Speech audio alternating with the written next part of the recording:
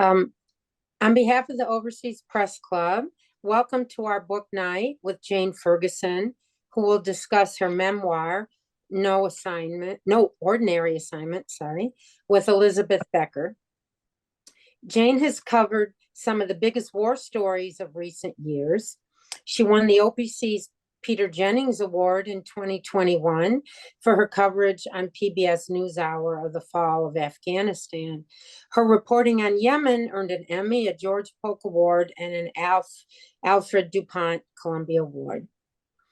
No Ordinary Assignment starts with her childhood in Northern Ireland and moves on to chronicle her experiences reporting in numerous conflict zones. Elizabeth Becker began her career as a war correspondent for the Washington Post in Cambodia. She has been the senior foreign editor for National Public Radio and a New York Times correspondent covering national security, economics, and foreign policy. She's the author of You Don't Belong Here, How Three Women Rewrote the Story of War. And OPC members well remember the book night we had with her, which was very fascinating and one of my favorite ones. Welcome, Jane and Beth. I will now turn it over to you. Thank you, Patricia. This is an especially wonderful evening for me because I had the privilege of reviewing Jane's book for the New York Times. And I can tell you, reviewing a book, it's like tearing it apart and then putting it back together and finding the essence. And in the back of my mind, I was saying, this should be called No Ordinary Woman, because Jane seemed to her life story is unlike any I had read. And I wanted Jane to go over how she was raised on a farm in Northern Ireland, Northern Ireland, during the last of the Troubles, parents who were the opposite of loving and supportive. But you had this one fairy godmother, your Aunt Fanny, and she seems to be the bridge from your childhood to your career. Can you explain that? Because I think it's fascinating. Sure. Well, I was kind of raised, in this sort of pretty rough house farmyard farm with three siblings. There was 4 kids, 2 parents. It was pretty chaotic. It was very cold and a pretty troubled childhood. But part of that framework was that very often me and my siblings would be sort of sent off to basically distant relatives, perhaps at the summer, perhaps at the weekend. And I had a great aunt. She was married to my grandmother's cousin, so it was a very, very extended family.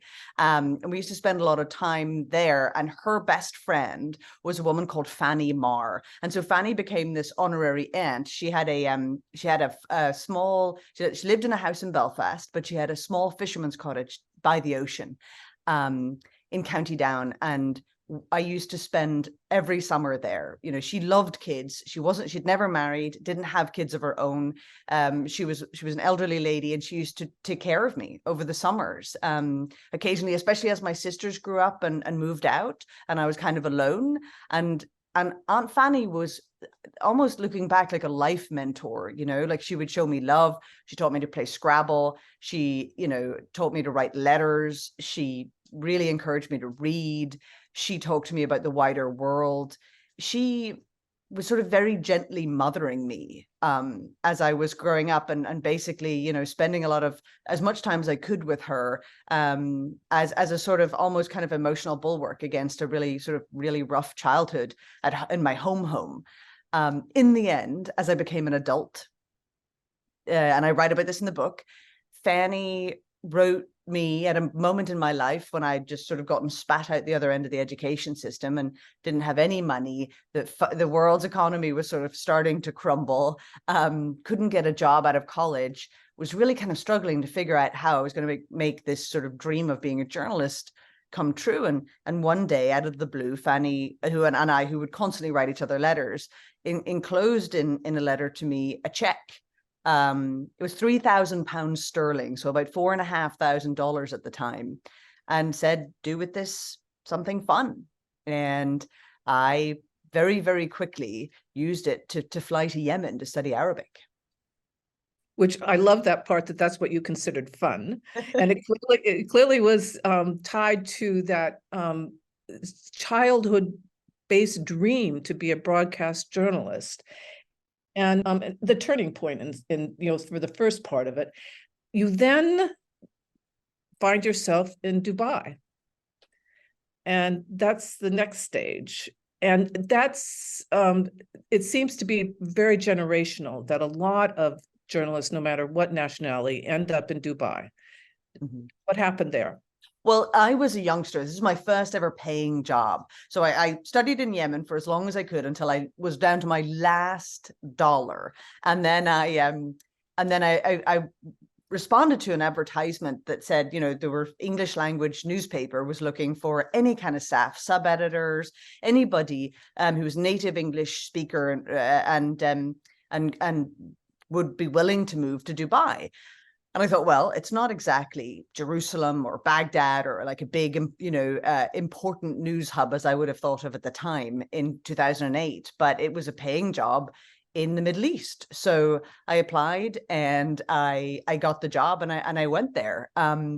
I was thrilled at first. It was exciting. I was 23. I was getting paid to be a sort of journalist. I was working in this massive newsroom that was filled with people from all over the world, which was very cool for me.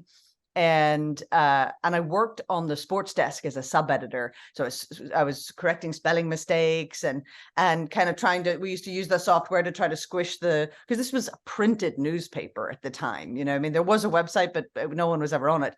And so I would sort of read articles on the sports section, of which I had no idea what was happening. I knew nothing about cricket. And I would then have to chop the bottom bit off to fit it on the page. I eventually got given a job as a business writer, which was obviously not really a beat that I was terribly interested in, but it was a job with a byline, and that was very, very exciting for me. So that was really how I got started. And I was new. I was part of that generation where there was opportunities in Dubai. If you couldn't, there were jobs there, and it may not have been the Arab Street as we know it, but it was in the Middle East. So it felt like at least a step forward. And then you had your road to Damascus moment. Yes, I did. It's so easy. You grow up with this dream, and it's very easy. No one sits down and has a big conversation with themselves, I think, and like gives up on their dream officially and just sits on a park bench and decides. I just think you compromise and you compromise and you compromise. And I do have sometimes a bit of an uncompromising personality. And I just kept seeing myself living this very nice life in Dubai. I rented a nice apartment with a friend, and I had a really nice car, and I had a nice, easy job, easy compared with what I went on to do.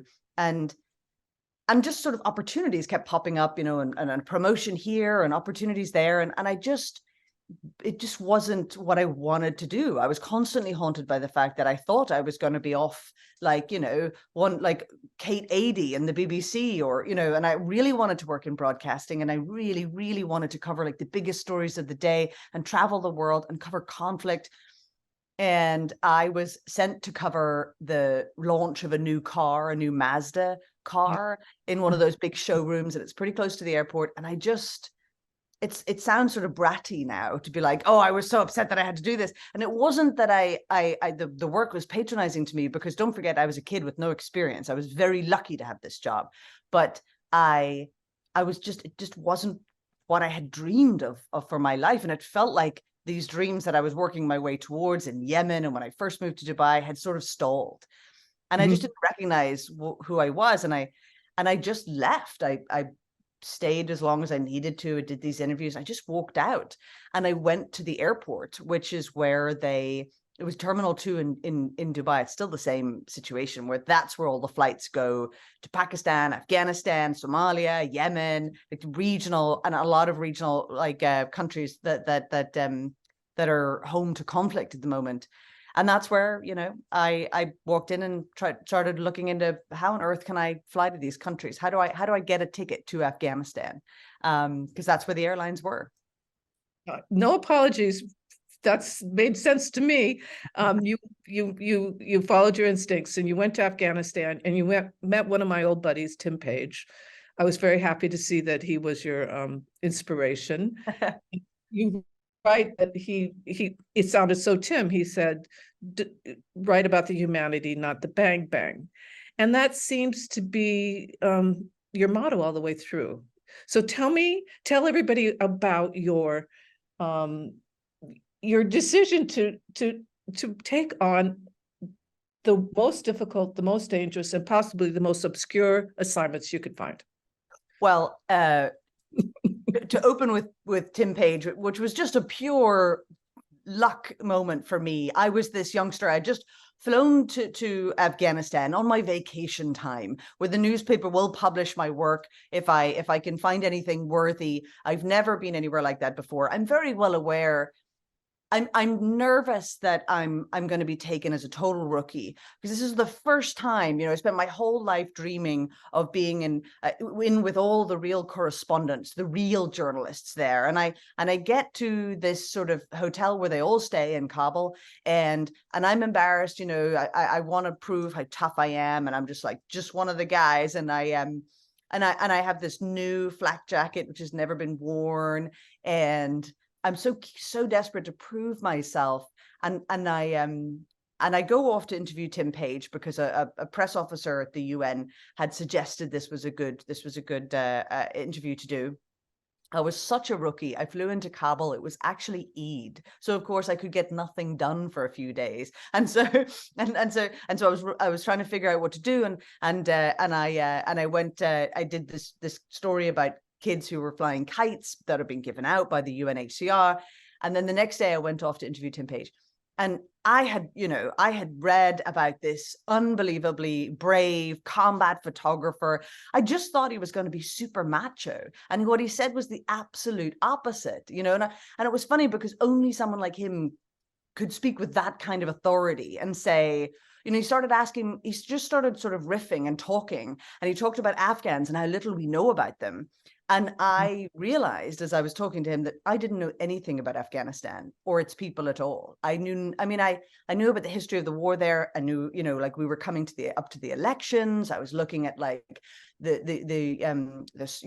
would eventually end up with the surge. And so he was just asking perfectly inquisitive, curious questions that a journalist should be asking themselves.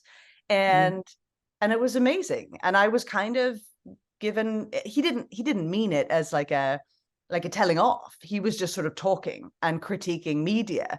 And I recognized myself in what he was critiquing. And I was astonished. And so I took it very, very much to heart. And it really, really followed me. Everything he told me that day as a youngster proved right, throughout every conflict zone I ended up in.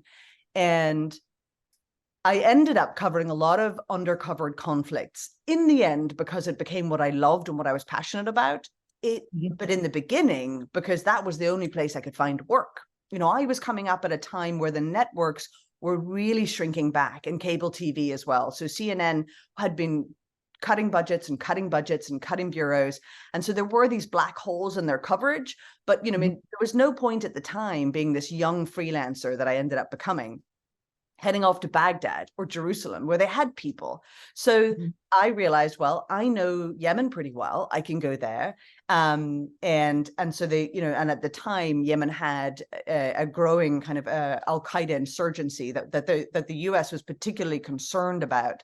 And then the battle for Mogadishu ended up becoming quite a big story, but networks weren't ready to send teams back in. They thought it was too dangerous, and frankly also too expensive to send the amount of private security that have to send their own staff teams in. So that was an opportunity. So I was trying to fill in the cracks where the coverage wasn't there. And Sudan was one of those places that was not really getting staff teams flying in, and so that's really where I started to learn how to find work, but also then work that I loved, because it feels like you're doing the most additive work. If you go somewhere where other people aren't, your work can have more impact. And it's also, they weren't there because it was so dangerous. So you were taking the biggest risks. And I would like you to describe the risk in Syria, which I think was one of the first real maker of your career. Yes. Syria. So after bouncing around for CNN for a while as a youngster, who was self-shooting, filming all this stuff and going to pretty dangerous places and bringing these stories out, totally uncommissioned, just like on spec, like chatting off the record with an editor who may possibly, yes, be interested.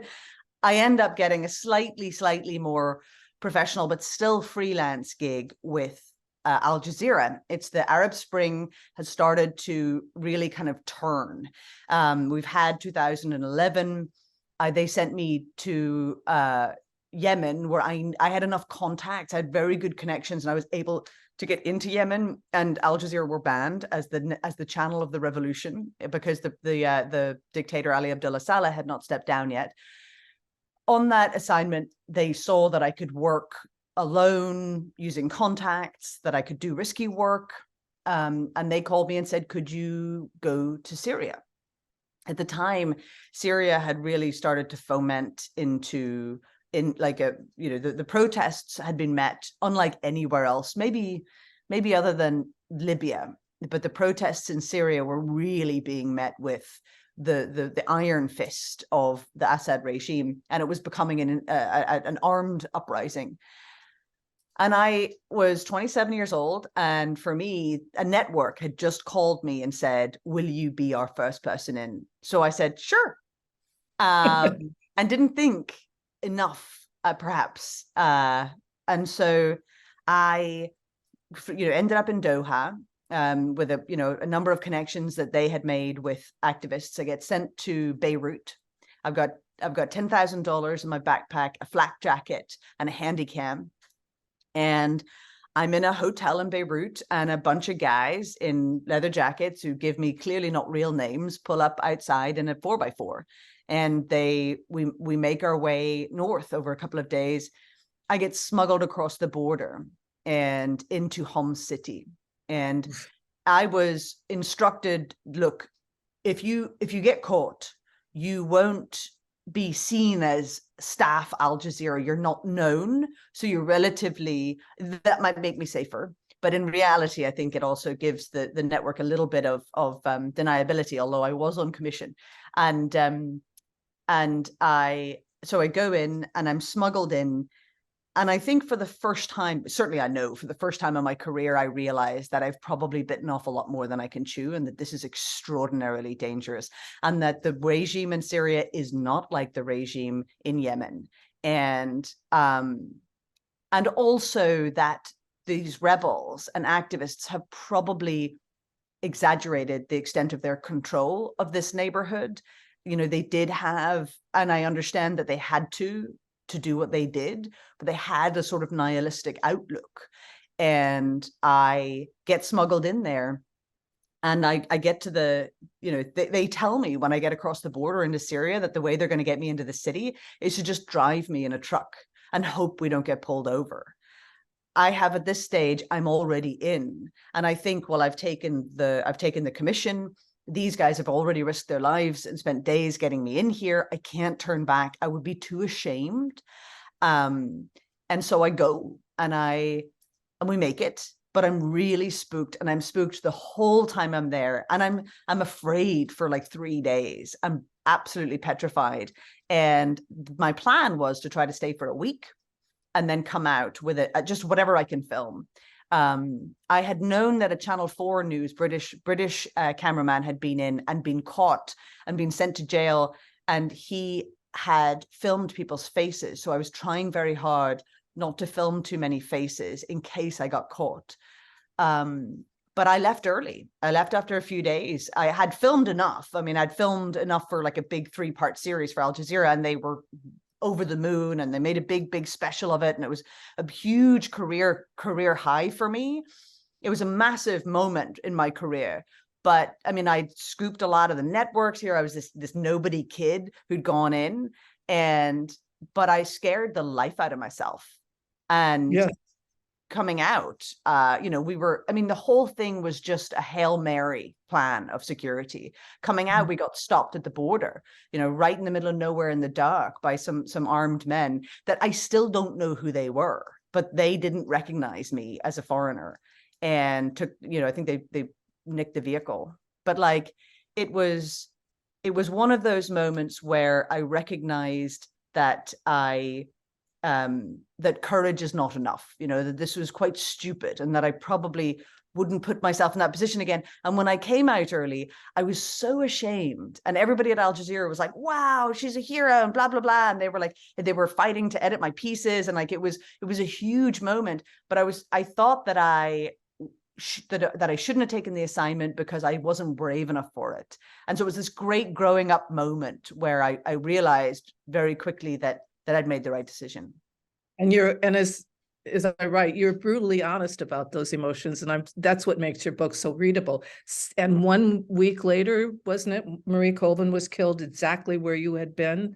Exactly, the same building, the same activists. So your instincts were right. My instincts were totally right. And I had thought fear was just something to be overcome all the time, But I think that a lot of that shame, like talking about that sense of shame, it's something that we very rarely talk about in TV, is the idea that the reality is, and I always felt uncomfortable, and I wanted to write about this in the book, I've always felt a little uncomfortable with people lionizing us as though we are aid workers or, the reality is, and it's a very uncomfortable truth, is that we walk a tightrope between purpose and ambition. And I worried that I've always questioned myself, am I doing this because of my career, or am I doing this because it's important and I'm the person who can get it done? Is this service or is this ambition? And I think that becomes more and more an important question to ask yourself. The bigger your career gets, the more you grow in broadcasting. And that was the first time I'd asked myself that question. Well, it was a career high, but it still took you years to have a strong enough footing so you didn't go couch surfing when you didn't have rent for your part. I love that, because we've all done that. And the ups and downs were, it was gradually getting better, but it was very much ups and downs. When did you begin to feel that, okay, you made it, you're going to have a career? When was that moment? It was for a while. You're quite right that there's ups and downs. Like, it feels like everybody, and you're certainly, as a young woman these days, raised with this idea that there's a big success, and when it comes, everything is fine.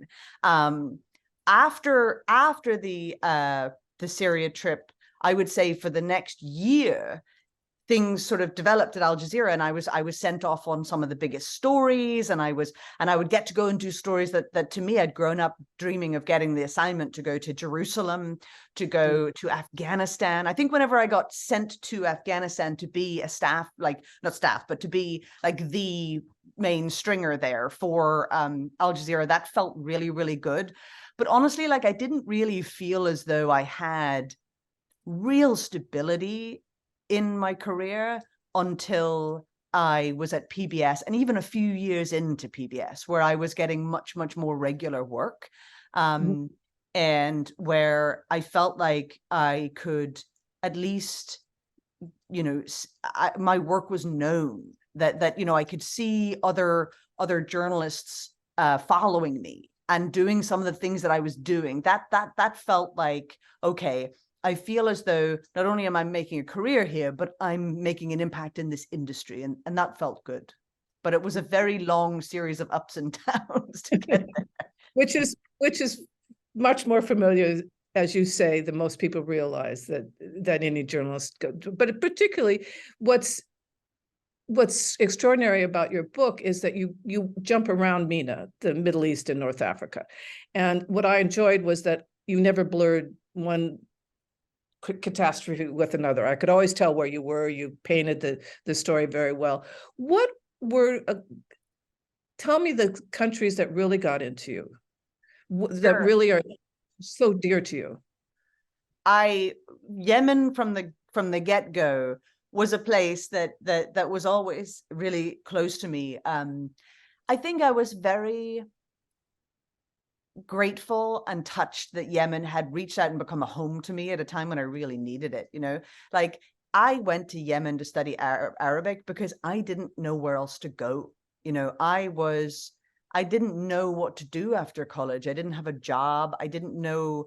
I had this dream, and the dream that I had to become a journalist had sort of become my home, and I couldn't go back to Northern Ireland. And so I didn't know what to do. And I went to Yemen, and Yemen just opened its arms to me. The Yemenis just could not be nicer people, in the world. And Yemen, so it was a special place that came at a special time in my life.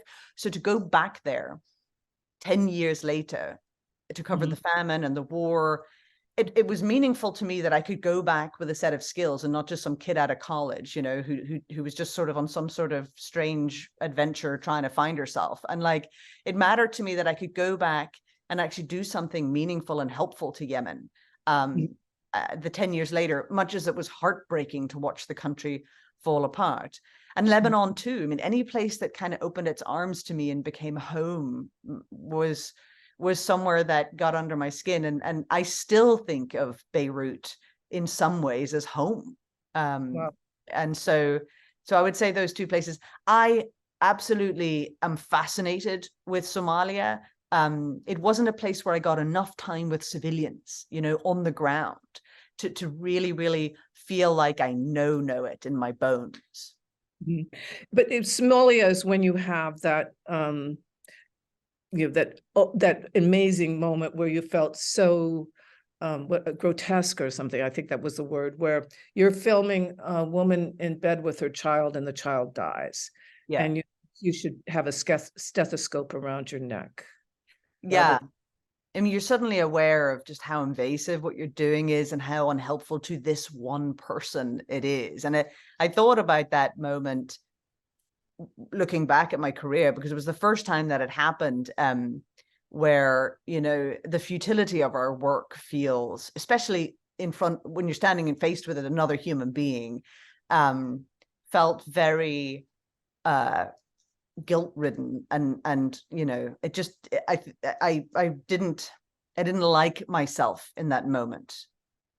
And but of course I can rationalize it. I understand that what we do is more broadly additive, but I don't like being in hospital wards filming other people's pain. But I do it all the time. Yes, and whether you're filming or writing in your notebook, or it's something that we all learn, and we know that that's what our job is, and it's hard for other people to understand that, but that's one of those moments that is an eye-opener in the book. And then there is you're finally getting into PBS, and you have your the moment that I wrote in the review saying, oh my God, when you had your facelift. You voluntarily describe what most people hide, which is, I mean, we have to be honest, like I can't, I wanted people, I wrote this book because for a number of reasons, but I wrote it also for like the young women who I could see looking at me and starting to ask me questions about my career. And I could see in their faces, they thought I had it all figured out and that it had been this great, smooth ascent. And look at her career. She must be special. She must have some sort of magical quality. And I wanted them to see that I had faced a lot of rejection. I had sort of made a fool of myself at times. I had, almost gotten myself killed. But I also was not some great feminist, hero. At times I was subject to the pressures. And so, and it's so funny that you mentioned it, because for all the things I've shared in this about my personal life, my love life, my childhood, it's so funny because every time I talk to a TV journalist, they're always like, I can't believe that you shared. Yes, exactly. You had a nose job. And I was like, it feels like the least terrifying thing to share, And also, when you look at before and after images of me on TV, it's pretty obvious, I would say. So it's pretty funny. that's exactly why there's such authority in your book. And I'm sorry, but that's why there's authority. But yes, people write about their love life, but they don't write about their nose jobs. Isn't that funny? It's funny, but it's captivating at the same time. I think also it was important, like, to the story as well. Like, it did come at a time I had been rejected for a job, and I just couldn't let it go, that I had somehow decided, and I think I was probably right, that I was not getting network jobs because I didn't have the look, and it was painful, and I think it was important to show how that pressure actually manifests in people, what we have to do. And I start my review of you saying that you saw the correspondents of the Vietnam War as your antecedents, and I'm one of them. And what I felt so happy about is that you did not have so many setbacks simply because you're a woman. Sure. And that you could see how all the breakthroughs and the getting rid of all the institutional things disappeared because of what we did in Vietnam. Yeah. However, that didn't protect you from cultural bias about women in the Islamic states, or with that one incident when I think it was CNN who jerked you from Afghanistan because they were afraid you were in Al Jazeera. Yeah. Jazeera, but otherwise, it was lovely to read a book where you were just simply you. Yeah. And you were a woman, yes, you're a woman, you didn't hide that, but so on and so forth. Your experience. Now we have to talk about what's going on in the world. That's all we're thinking about the last days. Can you give us your reading of what's going on in Gaza and Israel? Well, the thing about Gaza, Israel right now is that many of us journalists who have been covering the Middle East for years, and certainly my colleagues who have been there for longer than me, have been covering the periodic conflicts between, in Gaza and between Gaza and Israel, Hamas and Israel, and, unrest in the occupied West Bank, situation in Jerusalem. I mean, this has been going on for years. The attacks, though, Saturday before last, were unlike anything we've ever seen before. Hamas entering Israel in such massive numbers, purposely, effectively rebranding themselves along the ISIS line of true terror, true attacks on civilians, filming it. This is terror at its heart, really, really at its most potent, really very much so targeting civilians. We've never seen that on that scale before. Equally so, we've never seen bombings on this scale, even in Gaza, where we've seen horrendous amounts of civilian deaths over the years, again and again and again. In 2014, when I was in Gaza, the civilian deaths were just by far the largest number. And this is just totally normal now. Many children included in that. But now it's absolutely off the charts. I think it's also really important for people to understand that, if we look at this conflict, it's so emotional, and so many people are, it's one of the most tricky stories ever to cover. Israel-Palestine is very difficult. Everybody, you're kind of damned if you do, damned if you don't. No matter what you're reporting on, people will be upset. And right now that is times 1,000. But one thing that I try to teach my students and try to talk to other people about whenever they come to me and ask me is to talk as much as I can about international humanitarian law. If we can have any line in the sand between, when morality is moving and swirling around, what we need to talk about is, what is legal, in what is, because effectively we're talking about what is held up in human decency globally. And, right.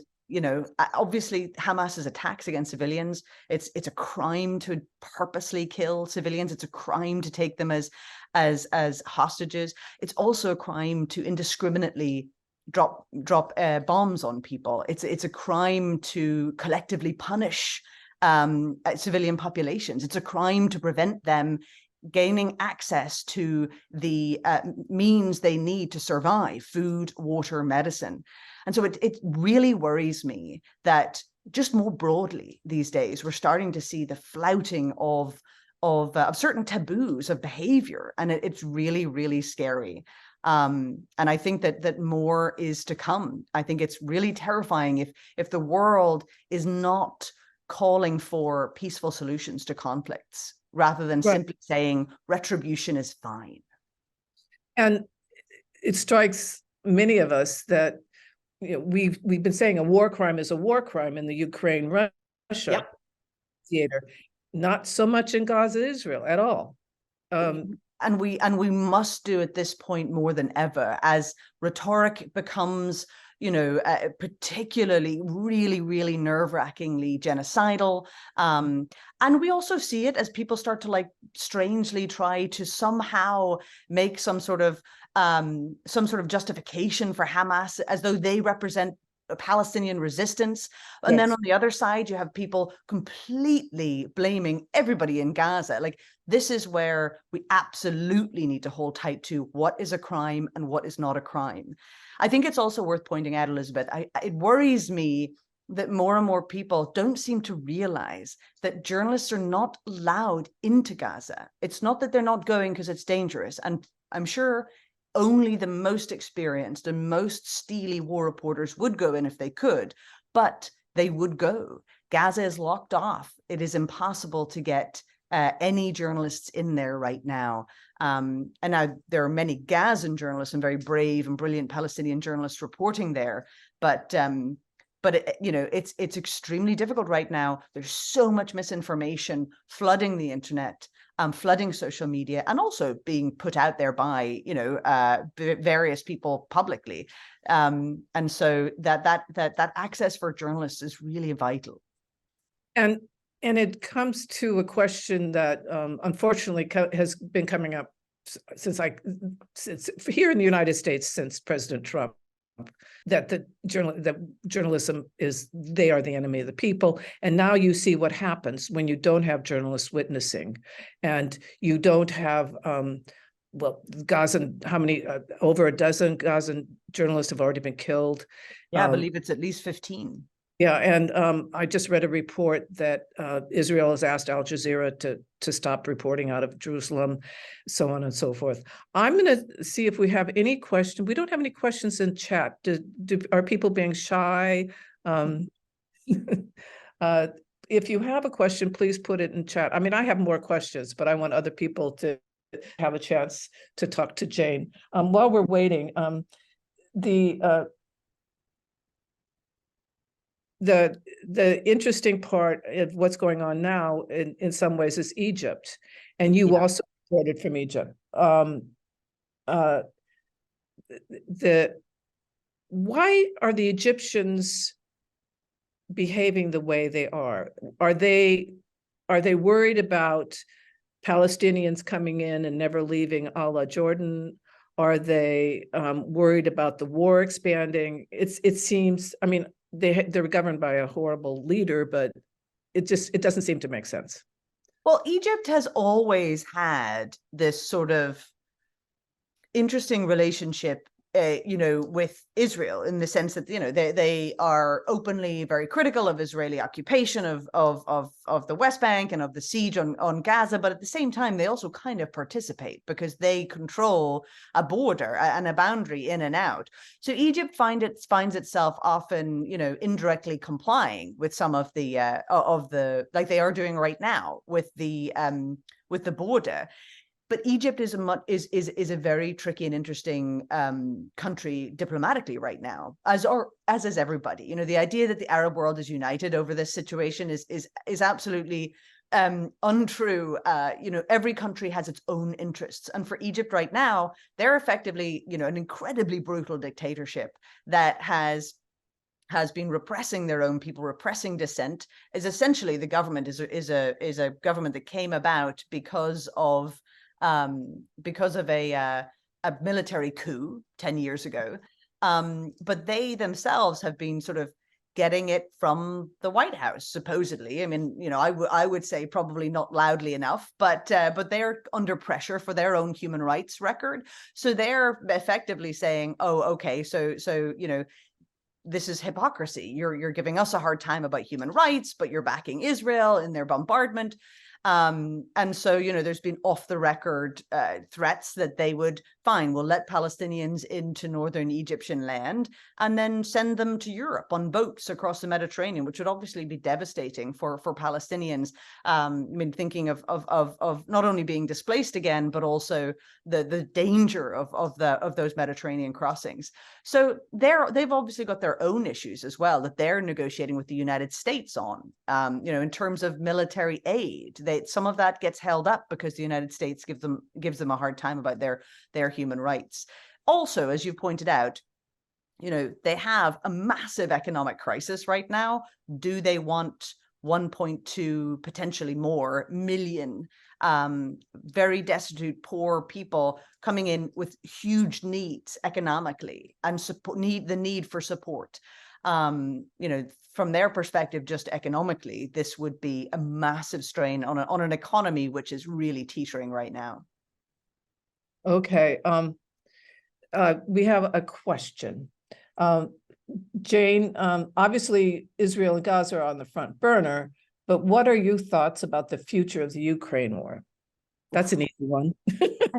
Yeah, I mean, with Ukraine, I mean, a lot of it is going to come down to how much support they continue to get. It's a hugely important, it's one of those stories that is going to massively depend on ongoing support from America and Europe.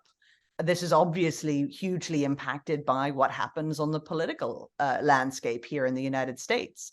I know the Ukrainians will not stop fighting. You know, they're not going to, I mean, as much as politicians on the far left and the far right in the United States like to say, well, we should just sit down and have peace negotiations, you know, Putin is not looking for peace negotiations right now, and he is not sitting down to negotiate anything. So the Ukrainians will continue to fight. I've seen these people use manhole covers as you know, as shields against potential, like against the invaders. Like, these people will not stop fighting, you know, just because they're no longer getting the most advanced weaponry. I think the question will be how to effectively continue the resistance against Russian invasion without losing so many lives. And so I do think it's likely to come to a stalemate over the winter. The summer offensive, I think it's fair to say, has not been a success. And I think that Ukraine is probably going to fight to a standstill this winter and will most likely be impacted by American politics, but also whatever is happening in Russia as well, and whether or not you know, Putin can sort of basically continue with the status quo. And no one would sure on that one. No future on that. A professor in Illinois, Steve Raymer, who also covered wars, said, you talk about being brave and courageous. Do you see a difference between bravery and courageous? Because this is our one, we call ourselves braves, but do we have to do this because it's our calling and our job? He believes perhaps courageous is a better word. Have you ever sliced it that way? I'm not sure I've ever really separated the two words. I always get a bit uncomfortable. People are always saying to me, oh my goodness, you're so brave. You're so brave. Don't you ever get scared? And I'm like, you should read the book, because I'm scared a lot. So I think courage, though, is, I think it's more of a fundamental personality. It's more about character than individual acts. You know, I think it kind of is more about who you become. Bravery feels a bit, I guess I could splice it. It feels a bit like the sort of mad hat thing you might do in a moment, you know, or the actions you have to take to do your job. Courage, I think, is more of a fundamental part of who you try to be. That's good. Another question for you as a teacher. What do you tell your students to read to open their minds to covering geopolitics and conflicts?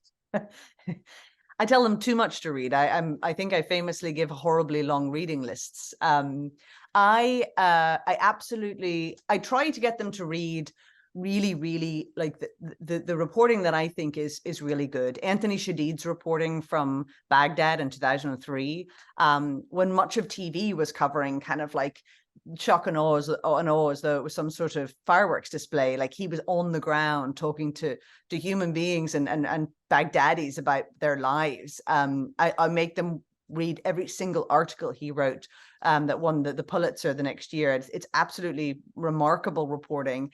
I make them read a fair bit of C.J. Chivers' work on the fighters, on those who fight wars. I make them listen to a lot of Edward R. Murrow broadcasts from World War II. And in this day and age, I effectively like try to get them to read pretty much like everything in the news that they can, to see how, not just to learn about the news, but to learn about how it's being covered.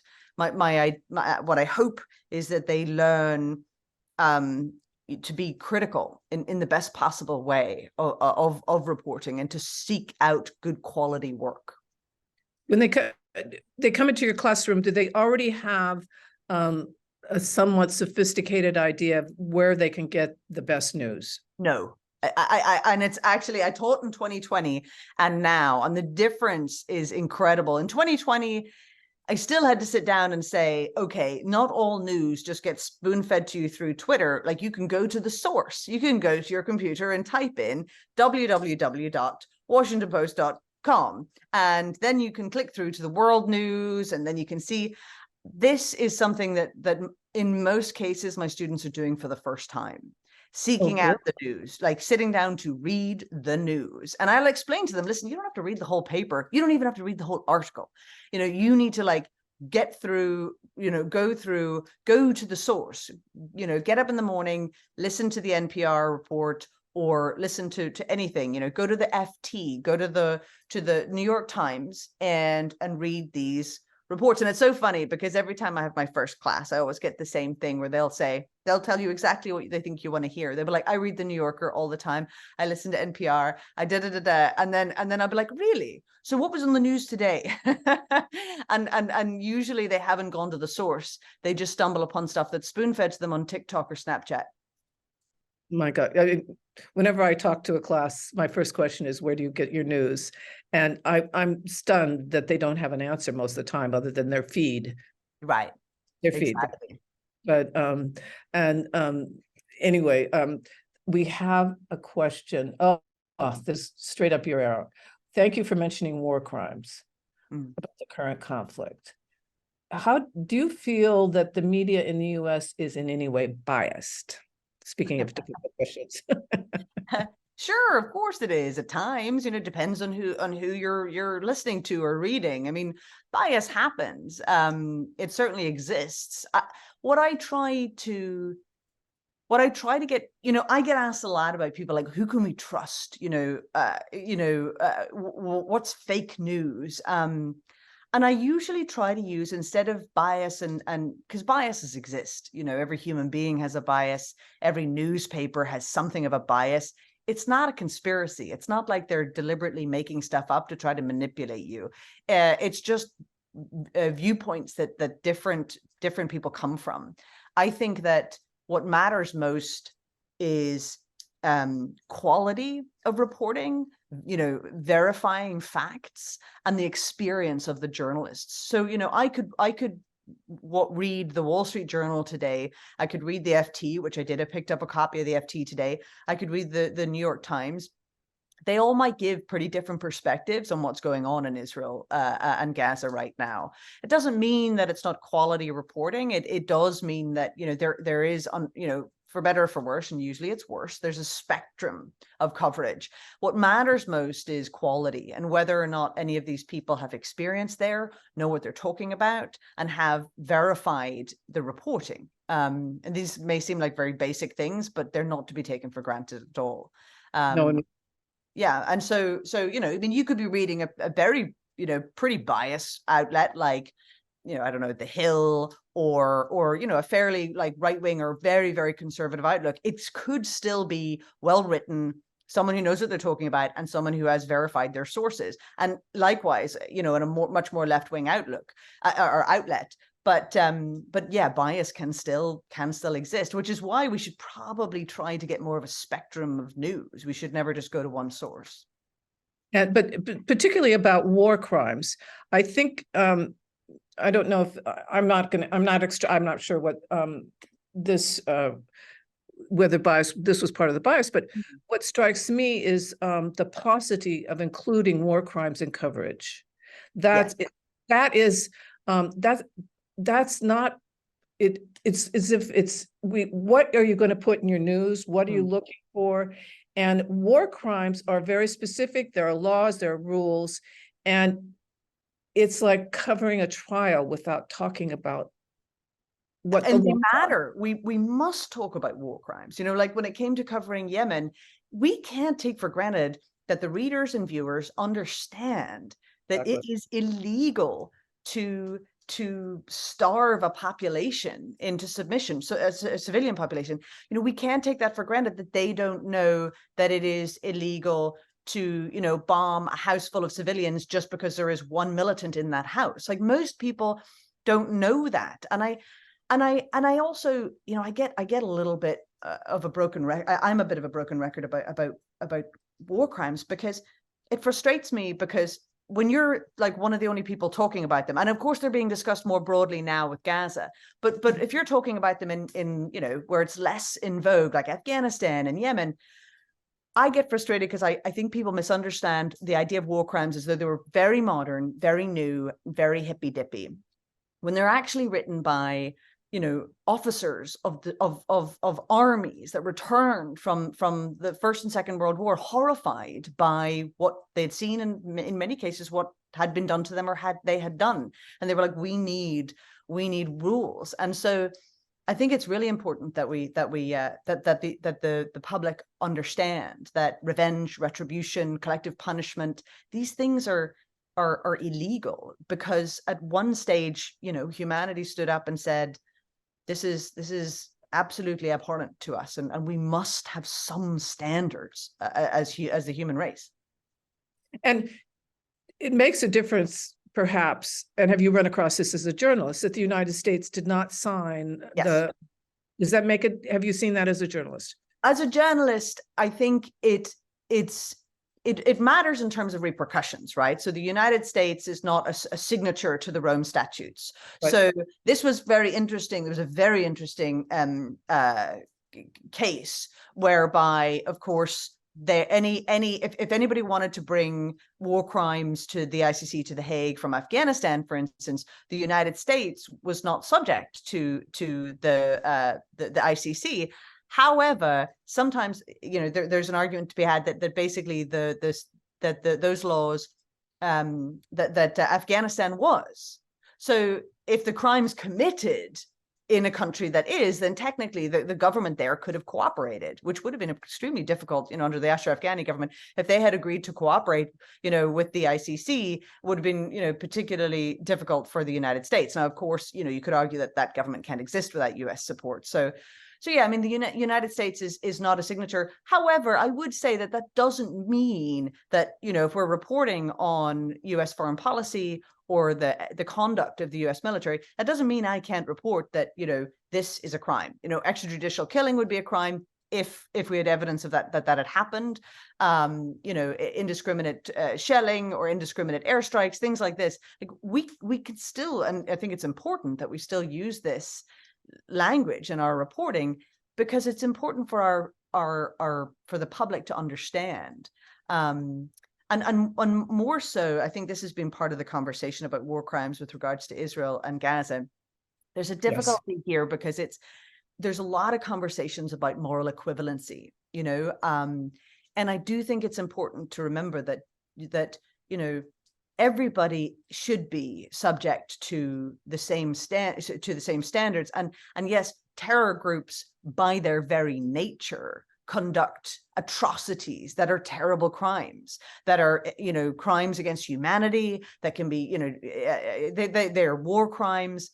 But of course, this has been the big conversation. It doesn't mean that the conduct of armies, of nations, are in any way then justified. It doesn't mean they're not subject to the laws of war. And all militaries do recognize rules of war, whether And they've we- set the Rome Statute or not. We have one more question, Sure. and we have exactly time for one more question. A little more on who imposed the press prohibition in Gaza and why. Well, the press prohibition is really about the anybody prohibition. Gaza is under siege and has been effectively on and off basically since 2007, Mhm. since Hamas took control. And so during peace times, if I went to Israel and I wanted to go to Gaza, I would have to go to the Israeli authorities and ask permission and show my accreditation, apply, spend some time, get permission. It's special permission to enter. You know, Gazans are not allowed out of Gaza unless they get very, very special permission, and it's very, very difficult for them to get it.